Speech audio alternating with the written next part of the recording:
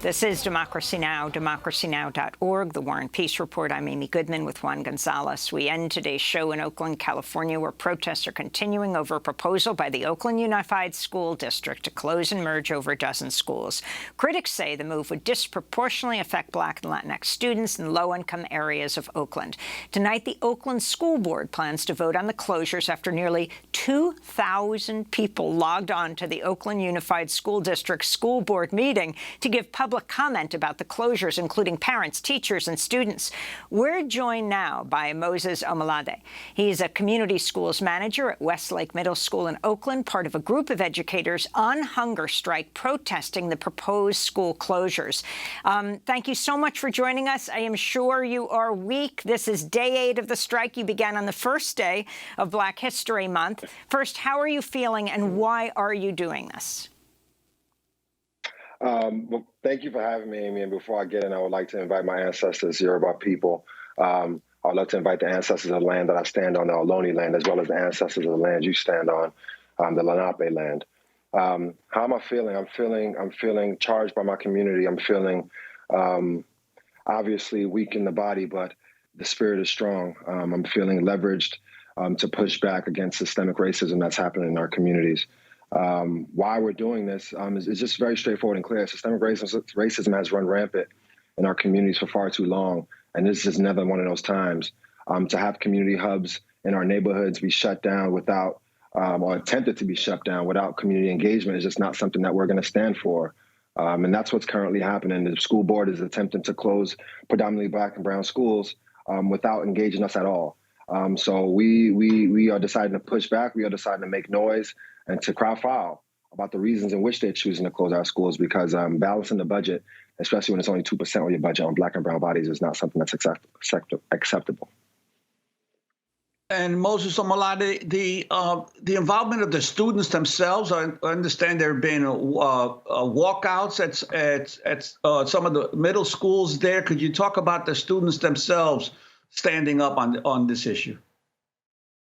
Yeah, we have been excited to witness students take charge. You know, our students were upset, as you can imagine, during a global pandemic, to be sorting through mental health issues, to be struggling already, and then to be told that your school will be taken away from you, to be told that relationships will be severed, to be told that little siblings you expected to go to your school will no longer go, that you don't have an opportunity to go to a school you desire to.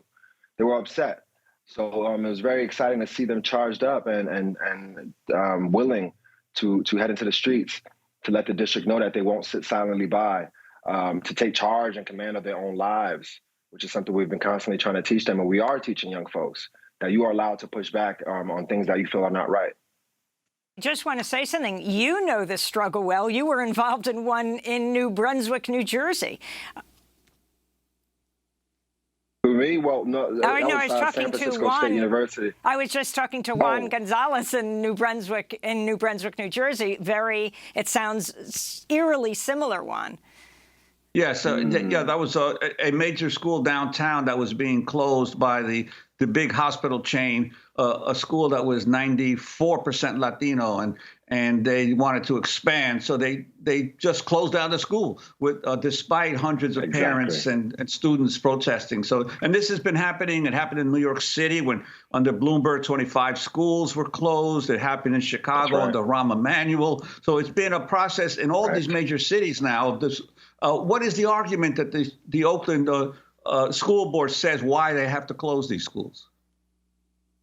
It's a laughable one, and one that I was really glad to witness. They proposed it at the board meeting. They were on full display and showed these magic numbers and gave reasons that were antiquated as to why they want to close our schools, which were that our schools are under-enrolled, and as we know, and they don't speak about, is that a lot of our students are going to the charter schools that they've allowed to be here, but also gentrification is impacting our communities.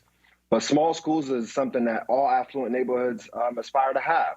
So why do we not deserve small schools? And the other reason was to save money for them, which was about $14 million, which only equates to about 2% of their budget. There are about many other options they can choose as to how to save this money versus using Black and brown bodies and taking away community hubs that have been in our communities for over 150 years. at the stroke of a pen or at the click of a Zoom button. Moses Omolade, the vote is tonight. I mean, it is astounding that 2,000 people logged into the school board meeting. What exactly is being voted on? Just simply whether the schools will close? They're voting on school closure and mergers. And what that means is they've chosen that certain schools they would like to merge and put them together, and then the year after that they'll dissolve and become one school. So that will be voted on tonight, and chances are we are very clear that what they're going to do is the divide and conquer tactic, which they've used for a long time, take some schools off that list so those schools will quiet down and allow the others to close. But right now we're not stopping. This movement is no school closures at all and no mergers at all. So Sanjay and I will be on this until they decide to inject some humanity into the process by which they choose to close schools and engage with our community about these choices.